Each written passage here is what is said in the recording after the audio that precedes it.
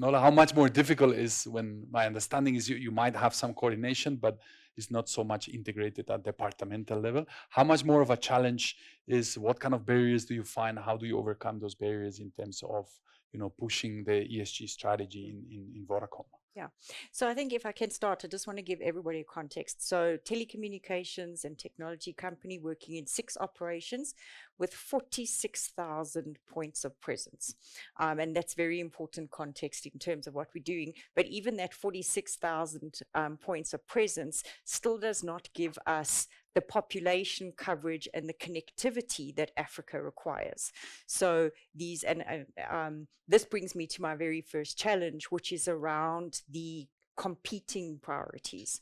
So in one instance, and I was actually at the Psyche event today, where it's almost seemed that consuming more energy is a bad thing. Reality is a growing company is likely to be consuming more energy. You can do so much with efficiencies, but I guess the big debate is how do you switch it from non-renewable to renewable energy sources?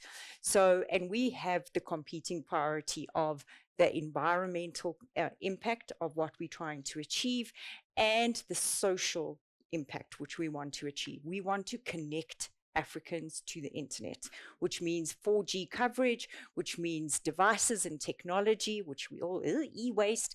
But for us, we believe it is very vital to the economic development of the continent in the medium term. But even for example, people who currently now have no access to, for example, education, we want to create the platforms where they can have access to education. So for me, that competing priorities, and I'll give you a very real example you'll all understand, sitting at the Vodacom South Africa Exco, and we're going through some of the discussions and the debates, and Sito Matlozi, he looks at me and he goes, Nola, I'm very sorry, but I'm landing 600 more diesel generators. Why? He has to serve our customers. So, it's a practical reality. The business cannot remain sustainable if we are not serving our customers. So whilst we understand, and we're on a journey, and I'll later when we talk about the successes, I'll talk about how we're going to fix that problem. But it's, for me, that's the competing priorities. The other big stumbling block, which I find, and I'm going to make this very specific to people who are in the sustainability space, is a lack of real understanding of your business model.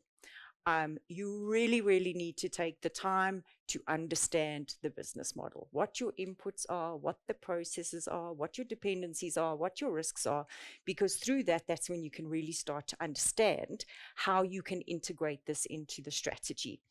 I won't go into too much detail because I think we all face this, resource constraints. It goes back to your household budget. Every company has the same thing in terms of resource constraints. Cultural resistance is a very big thing.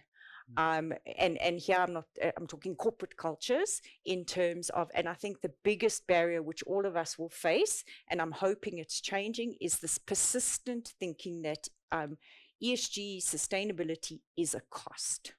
It is really about shifting people's mindset to saying that, yes, there are costs, but it's also about risk mitigation, and there are a lot of positives that will come out of it.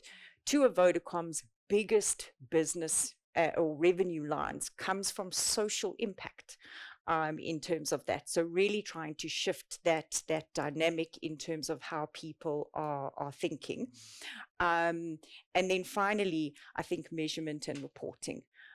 We've heard the importance of actually articulating it in the language that business requires. When we're starting to build business cases, you're starting to do capital allocation, you need to actually go through that. But data is a big issue in terms of that, the plethora of frameworks. So yeah, these are the barriers that we have been on in our journey.